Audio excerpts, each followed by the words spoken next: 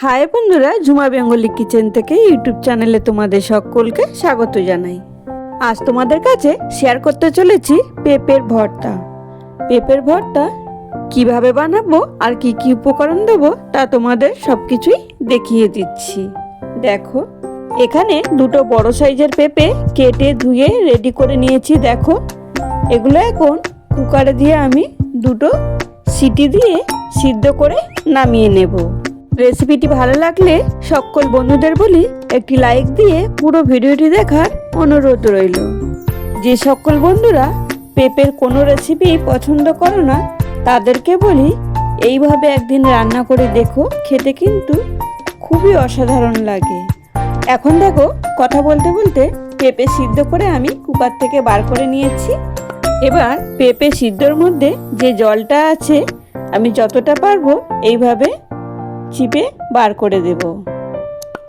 দেখো কতটা করে জল বের হচ্ছে। পুরো সবগুলো পেঁপের আমি এইভাবে জল বার করে নেবো চিপে। তোমাদের কাছে ম্যাশার থাকলে ম্যাশ করে নিতে পারো। আমি এখানে একটা চামচ দিয়ে এইভাবে ঘেটে নিচ্ছি। এবার একটা মিক্সির বলে 1 চামচ কালো জিরে নিলাম, সঙ্গে কতগুলো কাঁচা লঙ্কা ও কতগুলো গোটা রসুন আমি অ্যাড করে দিলাম। দিয়ে এবার মশলাটা বানিয়ে নেব। দেখো, মশলাটা বানানো হয়ে গেছে। মশলাটা কিন্তু একেবারে মিহি করব না, এই দেখো এইভাবে একটু দানা দানা থাকবে। মশলা রেডি। আর এদিকে কড়াইয়ের তেল গরম হয়ে গেছে। তেলের মধ্যে মশলা ও লবণ অ্যাড করে দিয়ে বেশ ভালো করে নেড়ে চেড়ে ভেজে নেব। এখন দেখো মশলা থেকে দারুণ একটা সেন্ট ছেড়েছে। আর এই সময় সিদ্ধ করে রাখা পেঁপেগুলো অ্যাড করে দিলাম। পেঁপেগুলো অ্যাড করে দিয়ে বেশ ভালো করে নেড়ে চেড়ে রান্নাটা করে নেব। 3 থেকে 4 মিনিট নেড়ে চেড়ে রান্নাটা করলেই আমার পেঁপের ভর্তা রেডি। এই সময় একটু আমি 1 চামচ চিনি অ্যাড করে দিলাম। চিনিটা দিলে স্বাদের ব্যালেন্সটা আসে দারুণ। বিশ্বাস না হলে অবশ্যই একদিন এইভাবে পেঁপের রেসিপি বানিয়ে দেখো এবং নিজেও খাও, বাড়ির আরও সদস্যদেরও খাওয়াও। দেখবে আবারও রিকোয়েস্ট আসবে এইভাবে পেঁপের রেসিপি বানানোর জন্য। গরম ভাত কিংবা রুটি, লুচি কিংবা পরোটা সব কিছুর সঙ্গেই খেতে লাগে কিন্তু দারুণ। এবার দেখো, নেড়ে ছেড়ে রান্না করতে করতে পেঁপের জল পুরো শুকিয়ে গেছে আর বেশ ভালো একটা সেন্ট ছেড়েছে।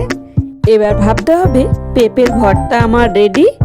এবার একটা সার্ভিং বলে সার্ভ করে নেব। রেসিপি ভালো লাগলে সকল বন্ধুদের বলি একটি লাইক, কমেন্ট, শেয়ার করে তোমরা তোমাদের প্রিয় বন্ধুদের কাছে ভিডিওটি দেখার সুযোগ করে দিও। আর চ্যানেলে নতুন বন্ধু হয়ে থাকলে তাহলে বলবো একটি সাবস্ক্রাইব করে আমার নতুন চ্যানেলটির পাশে থাকার অনুরোধ রইল। আজকের রেসিপি তোমাদের কেমন লাগলো একটা কমেন্ট বক্সে কমেন্ট করে জানিও।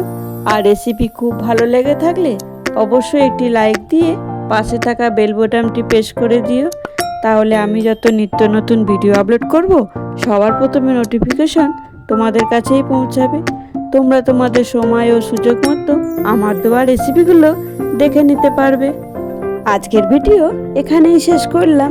ফিরে আসছি আবারও নতুন এক রেসিপি নিয়ে। এখন সকলে সুস্থ থেকো, ভালো থেকো। আর এতক্ষণ সময় তোমরা আমার পাশে থেকে পুরো ভিডিওটা দেখার জন্য তোমাদেরকে অসংখ্য ধন্যবাদ। বাই।